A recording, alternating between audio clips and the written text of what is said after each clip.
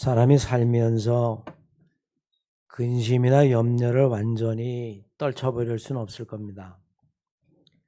아무리 모든 상황이 다 내 뜻대로 만족스럽게 된다, 그렇다 하더라도 늘 전혀 예상하지 못한, 때로는 뜻밖의 일이라는 것이 생길 수 있는 법이죠.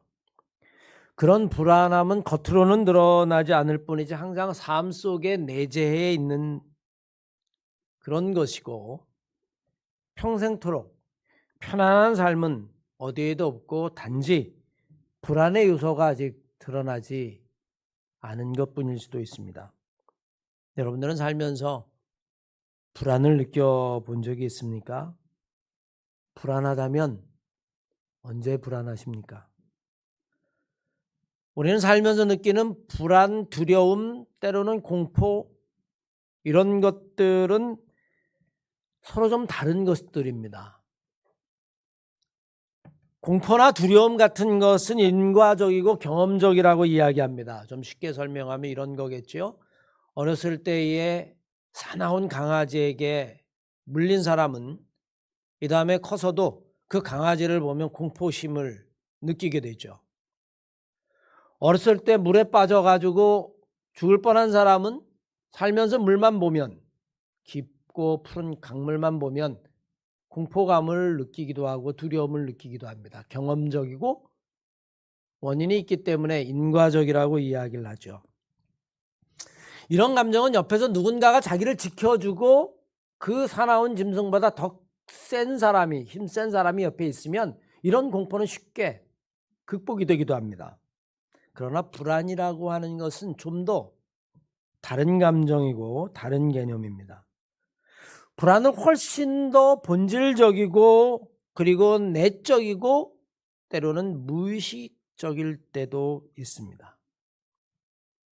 그냥 막연한 미래에 대한 불안, 아직 닥치지는 않았는데도 다가오는 불안, 새로운 세계로 내몰리게 될 때에 눈에 보이는 확실한 것, 그건 어느 것도 없고 최선을 다하는데 에너지는 계속해서 소진되어져 가고, 그래도 확실한 것은 없이 불투명한 일들만 계속해서 전개되어질 때 우리는 불안함을 느끼게 되죠. 이런 현상이 심해지면 우리는 그것을 불안장애 혹은 공황장애라고 이야기합니다. 심각한 지경이죠. 일상적인 생활이 불가능한 그 불안과 공황의 상태에 빠집니다. 종종 연예인들이 옛날에 공황장애를 겪었다라고 하는 보도를 보실 겁니다. 인기가 하늘로 치솟고 그리고 모든 사람에게 곽강을 받고 인정을 받던 그런 순간들이 어느 날 갑자기 사라져버릴지 모른다라고 하는 그 불안. 그래서 연예인들이 오히려 불안장애나 공황장애가 많다, 그렇게도 말합니다. 요즘 기도하면서 제 마음속을 들여다보면 불안장애나 공황장애까지는 아니겠지만 제 마음속에도 불안감이 자리 잡고 있는 것이 사실입니다. 사실 교회가 재개발에 포함되면서부터 드러내놓고 말할 수는 없었지만 주변에 수많은 이야기를 듣게 되어지죠. 너 협상 잘해야 된다. 그렇지 않으면 큰일 난다. 긍정적인 이야기도 듣지만 부정적인 이야기도 듣는 법입니다. 근데 사람이 이상하죠. 긍정적인 이야기는 잘 안 들리고요. 부정적인 이야기, 망했다, 봉변을 당했다, 이런 것들만 머릿속에, 가슴속에 깊이 남습니다. 제대로 보상을 받지도 못하고 쫓겨난 사례들, 그저 현금 정산돼서 교회가 온데간데 없이 사라진 일들 뿐만 아니라 조합과 험악한 폭력 사태까지 가서 조합에서 동원한 용역들과 교인들이 난투를 벌였던 그런 일들, 주변에서 그런 일들을 들으면 불안하죠. 다행히 우리는 이런 일들이 벌어지지 아니하고 부러워할 만한 합의를 이끌어냈습니다. 하나님의 은혜에 감사할 뿐입니다. 그러면 여러분, 제 마음속에 불안이 사라진 걸까요? 결코 아닙니다. 또 다른 불안이 있죠. 이제 얼마나 많은 사람들이 새로운 예배의 장소로 함께 갈 수 있을까? 얼마나 많은 사람들이 함께 하지 못할까? 멀어져서 함께 예배하지 못하는 성도들이 얼마나 될까? 그들을 무엇이라고 권면해야 할까? 권면하고 기도하고 붙잡으면 함께 갈 수 있을까? 건축비는 계속해서 상승한다라고 이야기하는데 과연 우리가 건축하게 될 수년 후에 우리는 무사히 건축할 수 있을까? 한남 3구역이 현대건설에서 건축비로 입찰을 들어온 게 여러분 500만 원대입니다. 지금 거의 800, 900만 원대를 이야기해요. 2배 이상 뛴 거죠. 4, 5년 있다가 건축할 때 과연 우리는 부족하지 않을까? 조합은 2029년에 입주한다라고 이야기하지만 오히려 주변에서 들리는 이야기는 어림없다라고 이야기하는데 소송이라도 한번 생기면 1, 2년 늦어지는 건 아무 것도 아니라고 이야기하는데 과연 얼마나 늦어질까? 늦어지면 늦어질수록 우리는 모이고 흩어지지 아니하고 모일 수 있을까? 감리교 신학대학으로 가서 예배를 드리면 불편한 일들이 많은데 우리가 과연 이것들을 잘 이겨나갈 수 있을까? 성도들이 힘들어하고 멀다라고 이야기하고 불평하고 그러면 어떻게 이들을 위로할 수 있을까? 다른 교회들은 건축하면서 다툼도 많고 그래서 갈등도 많다라고 이야기하는데 우리는 그런 일이 없을까? 벌써 이미 같은 한남 3구역에 있는 교회들 사이에도 여러 가지 갈등이 드러나고 있는 것을 볼 때에 우리라고 그런 일이 없으란 법이 있을까? 남들은 평생 교회 건축 한번 하지 않으려고 목회를 편안하게 잘 하는데 나는 첫 번째 건축도 춘천에서 빚더미 올라 고통 속에 있었는데 과연 나 이 두 번째 건축을 잘 할 수 있을까?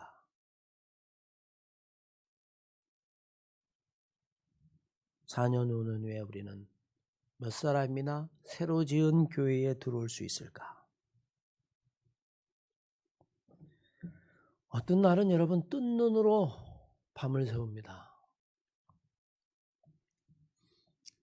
믿음이 있는 사람이라고 해서 불안과 염려와 걱정이 없는 것은 결코 아닙니다.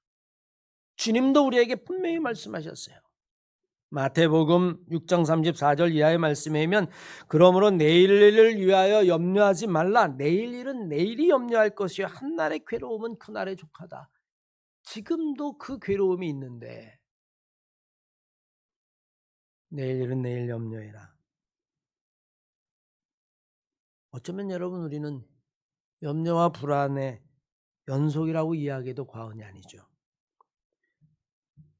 그러나 믿음이 있는 사람이라면 그 믿음이 불안과 염려 그리고 걱정을 이겨내는 영적인 힘이라는 것도 압니다. 오늘 본문 말씀 히브리서 11절 말씀은 신앙의 많은 사람에 관해서 이야기하고 있는데 그들이 어떻게 믿음을 가지고 자기의 삶에 찾아오는 위기와 어려움과 불안, 두려움들을 이겨나갔는지를 보여주고 있어요. 오늘 이 말씀이 여러분과 저에게도 위로의 말씀이 되시기를 주의 이름으로 간절히 축원합니다. 믿음의 사람도 불안이 있는 법입니다. 오늘 히브리서 11장을 읽어보십시오. 수많은 믿음의 사람이 기록되어 있는데 오늘 본문 말씀에 등장하는 인물 대표적으로 노아와 아브라함과 사라입니다. 그들의 삶도 알고 보면 불안과 근심이 있습니다. 노아, 오늘 본문은 이렇게 이야기하죠.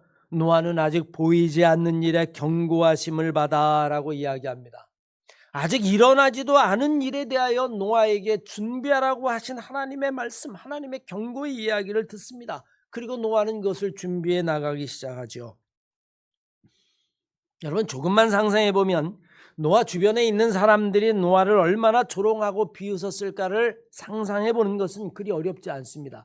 제가 여러분 늘 성경을 읽을 때 성경은 그냥 객관적으로 읽는 것이 아니라 성경 안으로 들어가야 된다. Into the Bible. 여러분 그렇게 이야기를 했어요. 여러분이 한번 노아가 돼 보십시오. 해가 쨍쨍 나고 멀쩡한데 지금 방주를 짓겠다라고 이야기하는 거예요. 막 지금 폭우가 쏟아지고 홍수가 나면 그래도 이해가 될 텐데, 여러분 사람들이 노아를 조롱하고 비웃었을 겁니다. 현대인들이 느끼는 불안 가운데의 하나는 다른 사람들과 비교해서 다르다는 것, 특히 다른 사람들이 당연히 누리고 가진 것들을 가지지 못하는 것에 대한 불안이 가장 크다라고 이야기를 합니다. 요즘 세계 언론들이 대한민국의 초저출산, 그냥 저출산이 아니라 초저출산, 0.6 상상을 초월한 이런 초저출산에 대해서 굉장히 많은 탐구 보도라고 이야기하나요? 언론들이 분석을 하고 그리고 보도를 합니다. 물론 여러분 보이지 않는 원인이 있고 보이는 원인이 있을 거예요. 그런데 한결같이 이야기하는 건 보이는 원인 가운데는 두 가지를 꼽습니다. 부동산과 교육이에요. 집을 사지 못한다는 거예요. 젊은이들이 아무리 애쓰고 돈을 벌어도. 또 하나는 아이를 낳아도 사교육비가 너무 높다는 겁니다. 평균 70만 원이란 보도를 봤는데 그게 도심을 중심으로 하고 시골까지니까 그렇죠. 농촌까지. 정상적으로는 아이를 자녀를 사교육시킬 수 없다는 겁니다. 그러니 차라리 아이를 낳지 말자. 세상 사람들은 다 자기의 인생을 즐기는데 노아는 뜬금없이 방주를 짓습니다. 여러분 노아는 무슨 생각을 했을까요? 노아라고 해서 내가 지금 이 방주를 짓는 게 하루 이틀도 아니고 수년을 방주를 지으면서 노아의 마음속에 근심이나 염려, 불안은 없었을까요? 오늘 본 말씀에 아브라함도 이야기합니다. 믿음으로 아브라함은이라고 이야기합니다. 부르심을 받았을 때 순종하여 장래 유업으로 받을 땅을 나갈새 갈 바를 알지 못했다. 성경은 아브라함이 갈 바를 알지 못했다 혹은 가는 곳이 어떤 곳인지를 알지 못했다 그렇게 이야기합니다. 장소를 모르는 것이든 아니면 가는 곳에 대한 정보를 모르는 것이든 어쨌든 그 무엇이든 아브라함의 마음은 불안했을 겁니다. 여러분 감리교신학대학으로 하는데 불안하지 않으세요? 지금하고는 다른데요. 그냥 여러분이 편히 쉴 만한 따뜻한 장소도 그곳에는 없을지도 모르는데요. 그저 21세기에 정처 없이 떠나야 되는 사람들도 인생에는 얼마든지 있습니다. 우크라이나 전쟁의 피난민들 주변에 있는 나라로 정처 없이 떠납니다. 보따리 몇 개 싸들고 그들의 마음이 여러분 어떻겠습니까? 아마 불안으로 가득 차 있었을 겁니다. 팔레스타인의 가자 지구의 난민들 그 좁은 땅덩어리에 포탄이 쏟아져 갈 데가 없어도 그래도 나무로 조금이라도 더 포탄에서 먼 곳으로 그들의 마음은 여러분 정말 불안했을 겁니다. 갈 곳을 모른다라고 하는 것은 이미 불안을 내포하고 있는 거예요. 사라는 말할 것도 없죠. 믿음으로 사라는 이라고 이야기하지만 사라도 나이가 많아 단산했습니다. 너무나 잘 아는 이야기죠. 사라는 얼마나 스스로를 잘 알았는지 하나님이 아이를 주겠다라고 이야기했더니 사라가 웃었어요. 내가 지금 나이가 몇인데 하나님 농을 치십니까? 그저 이스마엘이나 살기를 원합니다. 그게 여러분 사라의 본심이었습니다. 노아든 아브라함이든 아니면 사라든 그들은 자신에게 쏟아지는 불안감, 비웃음, 때로는 염려와 자기의 삶에 대한 끊임없는 의심들 아마 여러분 그것들을 이겨내지 못했다면 그들은 믿음의 사람이 되지 못했을 겁니다. 사실 불안이라고 하는 것은 우리의 영혼을 망쳐요. 불안은요, 불안의 형태로 드러나지 않습니다. 불안이 원인이 돼서 다양한 형태로 우리의 삶 속에 드러나는 것이 불안입니다. 그래서 이 불안이라고 하는 건 보다 더 철학적인 의미를 가지고 있어요. 철학자들도 이 불안에 대한 담론이 굉장히 많습니다. 여러분 아주 정진 분석학자 프로이드는 이 불안의 근본 원인을 부모로부터의 분리, 이 분리의 감정으로 불안을 이야기했고요.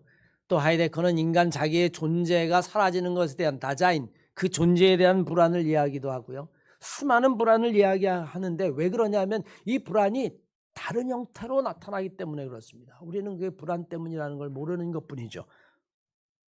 때로는 이 불안은 우상숭배로 나타납니다. 여러분, 우리가 출애굽기 32장 말씀을 주일날 오후에 보는데 이스라엘 백성들이 금송아지를 가지고 하나님 앞에 불순종하게 되죠. 우상을 숭배합니다. 금송아지를 만들어 놓고 뭐라 그래요? 이것이 우리를 애굽에서 인도해낸 신이다. 왜 그랬을까요? 여러분, 모세가 호렙산에 하나님의 말씀을 들으러 올라갔는데 모세가 내려오질 않는 거예요. 40일 40주야가 됐는데도 내려오지 않습니다. 불안해지기 시작하는 거예요. 여러분, 제가 40일 안 보이면 장로님 안 불안하시겠어요? 아니, 어디 가셨지? 뭐 하는데 지금 이 중요한 시기에 연락도 없이 40일 안 보인다고 생각해 보십시오. 불안할 겁니다, 여러분. 모세가 하나님을 만나겠다고 호렙산에 올라갔는데 40주야가 됐는데도 내려오지 않아요. 야, 죽었나 보다. 우리를 버렸나 보다. 딴 데 갔나 보다. 어떻게 된 것일까? 자기 혼자 도망갔나?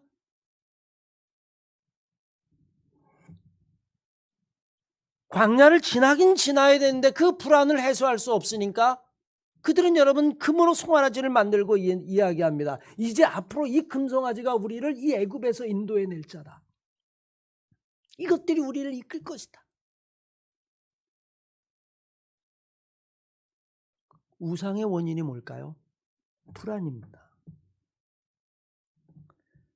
사울 왕, 여러분 잘 아시는 것처럼 이스라엘의 초대 왕이었어요. 자기 아들의 친구인 다윗을 질투로 죽이려고 합니다. 자기의 생명까지 살려준 다윗인데도 불구하고 다윗이 음악을 들려주고 노래를 들려줄 때에 여러분 사울은 창을 뽑아서 다윗을 향하여 던지죠. 죽이려고 합니다. 왜 그럴까요? 불안한 거예요. 다윗이 전쟁에서 승리하고 돌아오면 사람들이 이야기합니다. 사울은 천천히인데 다윗은 만만이다. 다윗이 죽인 사람은 만만이다. 그의 인기가 치솟으면 치솟을수록 사울은 마음속에 불안한 겁니다. 저게 왕이 돼서 나를 내쫓으면 어떡하지? 저거 없애야 되겠다. 그 불안이 자기 아들의 친구 다윗을 죽이는 거로 드러나게 됩니다. 가인과 아벨의 사건도 마찬가지입니다. 하나님이 가인과 아벨의 제물 가운데 아벨 건 받았는데 가인 건 받지 않았어요. 그 이유는 숨겨져 있지만 가인이 왜 그랬을까요? 불안했을 겁니다. 왜 하나님이 아벨의 제사는 받을 때 나는 받지 않지? 하나님이 나는 기억하지 않으시는 건가? 나는 버리신 건가? 하나님이 아벨만 사랑하시는 건가? 적이 없으면 하나님이 나를 사랑하실까? 그 불안은 자기의 동생을 죽이는 결과를 낳게 되죠. 불안을 긍정적으로 해결하지 못하면 결국에 다양한 형태로 우리의 삶과 영혼을 망가뜨린다는 것을 알아야만 합니다. 노아도 불안했을 겁니다. 자기 혼자 방주를 져야 한다라고 하는 것이 그 손가락질 조소 비웃음을 이겨내가야 했고요. 아브라함도 불안했을 겁니다. 갈 바를 알지 못하는데도 떠나야 된다라고 하는 마음. 사라도 불안했을 겁니다. 아이를 낳을 수 없는데 아이를 준다니 이것은 또 무슨 이야기인가? 불안을 이길 수 있는 힘은 오직 하나밖에 없죠. 하나님에 대한 믿음으로만 이길 수 있습니다. 그래서 오늘 본문 말씀은 우리들에게 분명히 이야기합니다. 믿음으로 노아는, 믿음으로 아브라함은, 믿음으로 사라는. 그런데 여러분, 아브라함과 노아와 사라 사건에는 공통점이 하나 있어요. 뭔지 아십니까? 그 모든 것들이 보이지 않는 미래를 향하고 있다는 겁니다. 미래에 대한 불안이죠. 노아 아무 일도 없는데, 현실이 아닌데, 그런데 여러분 하나님이 내일을 준비하라고 경고하십니다. 아브라함 어디로 가야 할지 모르는데 오늘 길을 떠나면 내일이 막막한데 그래도 떠나라고 하십니다. 사라 이미 90세가 넘었는데 그래도 Y를 주신다라고 이야기합니다. 여러분, 인간에게 가장 불안한 시간이 어쩌면 미래인지 모릅니다. 미래. 지나간 과거는 우리들이 이미 기억하고요. 그건 하나의 추억일 뿐입니다. 현재는 우리가 경험하니까 어찌되었든 맞서면 돼요. 그런데 미래는 알지 못하기 때문에 불안하기 시작합니다. 그래서 사람들은 이 미래를 알고 싶어 합니다. 점을 치죠. 결혼을 앞둔 남녀가 사주공합을 봅니다. 왜 그럴까요? 미래를 알 수 없으니까요. 미래를 보면, 점을 치면 그걸 가지고 우리는 미래에 대한 확신을 어느 정도 해석할 거라고 생각합니다. 사람들이 정말로 미래를 안다면, 내일을 안다면 어느 정도는 해소할 수 있을지 모르겠어요. 그래, 내일 일은 이런 일이 생길 거야. 내일은 내가 가다 과당 자빠질 텐데, 아유, 그래도 뭐 무릎만 깨진다라고 이야기하니 다행이다. 좀 마음이 편안해지십니까? 내일은 이런 일이 생길 거야. 그런데 놀라지 말자. 내일은 큰 폭우가 온대. 다 떠내려간다는데 알았으니까 피하면 되겠지. 그러면 여러분 마음이 불안해지지 않을까요? 내일 전쟁이 난다, 내일 지진이 난다, 이런 걸 알면 여러분 덜 불안할까요? 절반은 맞는 이야기입니다. 그러나 여러분 한 걸음만 더 생각해 보십시오. 과연 불안만 해소될까요? 그렇지 않습니다. 새로운 희망도 소망도 사라집니다. 승진시험 봤는데 떨어진대? 내일 다 알아요. 공부할만 나겠습니까, 여러분? 공부할만 안 날 거예요. 왜? 이미 다 아는데. 재미나 아니면 소망으로라도 이런 복권을 삽니다. 그런데 이거 안 된대. 이미 다 알아요. 여러분 살만 나시겠습니까? 공부할 만 나시겠어요? 희망이 생기겠습니까? 소망이 있습니까? 우리는 오히려 내일 일을 모르기 때문에 소망이 있는 겁니다. 내가 어떻게 하느냐에 따라서 내일이 달라지기 때문에 우리는 두렵기도 하지만 희망이 있는 것이고, 우리는 두렵기도 하지만 최선을 다하는 것이죠. 내일은 불안과 소망이 교차되어 있는 것이고, 어쩌면 여러분 믿음은 그 둘 중에 하나를 선택하는 거예요.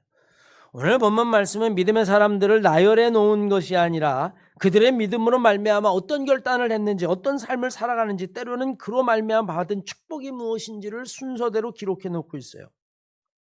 믿음으로. 그런데 여러분 6절 말씀해 보면 아예 시작을 이렇게 합니다. 믿음이 없이는 하나님을 기쁘게 하지 못한다. 하나님께 나가는 자는 그가 살아계신 뿐만 아니라 자기를 찾는 자에게 상 주시는 이심을 믿어야 할 것이다. 믿음이 없이는 하나님을 기쁘게 하지 못한다. 뿐만 아니라 믿음이 있는 자는 하나님이 살아계심과 그가 자기를 찾는 자에게 상 주시는 이심을 믿어야 할 것이다. 여러분 안에 이런 믿음이 있으시기를 주의 이름으로 간절히 축원합니다. 그가 반드시 살아계신 것과 자기를 찾는 자에게 상 주시는 것을 믿으라라고 이야기합니다. 우리는 여러분 하나님이 자기를 간절히 찾는 자에게 상 주시는 분이라는 본문을 어떻게 해석해야 할까요? 하나님 무슨 상을 주시죠? 금상? 은상? 생명의 멸류관? 땅을 기업으로? 여러분 한번 상상해 보세요. 하나님에게 어떤 상을 받고 싶으세요?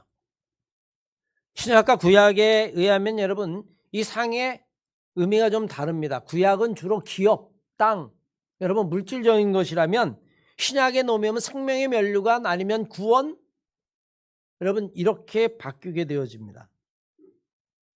그러나 여기서 상을 주신다라고 하는 것은 우리가 바라는 그 무엇을 의미하는 것이 결코 아닙니다. 영어로는 reward라고 번역을 해 놓았는데요. 그 맥락을 가만히 보면 그냥 보상, 상급이라고 하는 번역은 맥락을 살리는 의미가 아니에요. 앞뒤를 잘 읽어보면서 그 맥락을 놓고 의미를 살리는 번역이라면 이 번역으로 해야만 합니다. 그 믿음으로 말미암아 마땅히 받아야 할 것, 그것을 반드시 주시는 분이 하나님인 것을 믿어야 할 것이다. 그것이 보이는 것, 보이지 않는 것, 아니면 물질적인 것, 영적인 것을 다 포함해서 하나님을 간절히 찾는 자는 그 믿음대로 마땅히 받아야 할 그것, 그게 무엇인지는 몰라요. 여러분들은 뭐라고 생각하십니까? 그게 돈이라고 생각하십니까? 건강이라고 생각하십니까? 그 무엇이라고 생각하십니까? 상급이라고 생각하시는데, 간절한 믿음으로 말미암아 하나님이 마땅히 주실 것, 삶이 불안한 사람에게는 평화가 될 겁니다. 상처를 입은 사람에게는 위로가 될 것입니다. 이기적인 사람에게는 사랑이 될 것입니다. 물질적으로 어려운 사람에게는 물질적인 은혜와 축복이 될 것입니다. 그건 여러분 하나님이 결정하시는 거예요. 복음서에 보면 삭개오라고 하는 인물이 나오죠. 그는 여러분 아시는 것처럼 세리장이었어요. 유대 당시의 세리장이라고 이야기하면 같은 민족에게 세금을 걷어가지고 로마에게 일부는 주고 나머지는 자기가 갖고, 그래서 재물을 모으는 사람인데, 이걸 잘하는 사람은 세리들 중에서도 장에 올라갑니다. 근데 삭개오라고 하는 사람이 신체적으로 키가 작고 왜소해서 열등감이 있었던 사람이라 그 일을 정말 잘했어요. 그래서 세리 중에 장이 되었습니다. 그런데 예전에 정신심리학 의사들하고 이 삭개오를 놓고 한번 여러분 토론을 한번 벌인 적이 있는데, 그의 정신 상태를 놓고 성서를 배경으로 해서, 여러분 삭개오를 이야기하면 어떤 생각이 떠올라요? 키가 작다? 열등감이 있은 겁니다. 악착 같아? 세리장까지 올랐으니까요. 재물을 많이 모은다? 이 이면을 가만히 보면 이 삭개오에게는 늘 불안한 마음 뿐만 아니라 수많은 사람들이 자기를 비난하는 것, 그래서 소외되고 상처 입고, 그게 여러분 삭개오가 가지고 있는 삶이라는 거예요.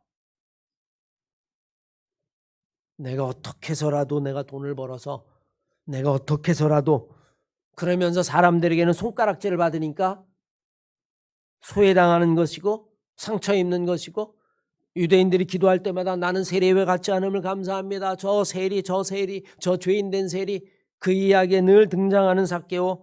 그러면 그럴수록 그는 재물이 최고야 그러고 재물에 집착하게 되어지고, 그랬던 그가 주님을 만나게 됩니다. 나무 위에 올라간 삭개오에게 주님이 말씀하세요. 삭개오야 내려오너라. 내가 오늘 너의 집에 유해하겠다. 그 이야기를 듣고 삭개오가 뭐라고 이야기하냐면, 주님, 내가 재산의 절반을 가난한 자들에게 나누어 주고, 그리고 내가 남의 것을 빼앗건 것이 있으면 4배를 갚겠습니다. 그때 여러분 주님이 삭개오에게 이렇게 말씀하셔. 오늘날 이 집에 구원에 이르렀다. 너는 진정 아브라함의 자손이로다. 여러분 삭개오가 받은 것이 무엇일까요? 그가 예수 그리스도를 따르는 그 믿음으로, 그는 재물을 나누는 대신에, 자기가 악착같이 모았던 재물을 나누는 대신에 하나님은 그에게 마음의 평안을 주시고 더 이상 소외당하지 아니하고 아브라함의 자손이라는 위로를 주시고 그의 마음속에 소망을 주셨어요. 무엇으로 받은 거죠? 믿음으로 받은 겁니다. 하나님은 간절히 찾는 자에게 그 믿음에 합당한 것으로 갚아주시는 분이다. 여러분 그렇게 이야기를 하고 있어요. 그게 건강이라면 하나님이 건강을 주실 줄로 믿습니다. 그것이 재물이라면 하나님이 재물로 주실 줄로 믿습니다. 그것이 내 마음의 위로라면 하나님의 위로를 받게 될 줄로 믿습니다. 그게 내 안에 사랑이라면 하나님의 사랑을 받게 될 줄로 믿습니다. 그 믿음대로 받게 되는 거죠. 여러분 노아나 아니면 아브라함이나 사라나 다 불안 가운데 살아갔던 인물들입니다. 방주를 지으면서도, 갈 곳을 알지 못하고 떠나면서도, 백세가 거의 된 여인의 아이를 낳는다는 약속에도, 그러나 그들은 그 불안을 이기고 하나님을 향한 믿음으로 승리한 신앙의 사람들이에요. 그리고 그들의 믿음만큼 하나님이 그들에게 필요한 것들을 채워주셨습니다. 바라고 나기는 이런 놀라운 은혜와 축복이 여러분과 저에게도 정말 차고 넘쳐서 오늘의 말씀처럼 믿음으로 노아, 아브라함, 사라뿐만이 아니라 하나님에게 낳은 우리 모두에게 이런 믿음의 은혜들이 넘치시기를 주의 이름으로 간절히 축원합니다.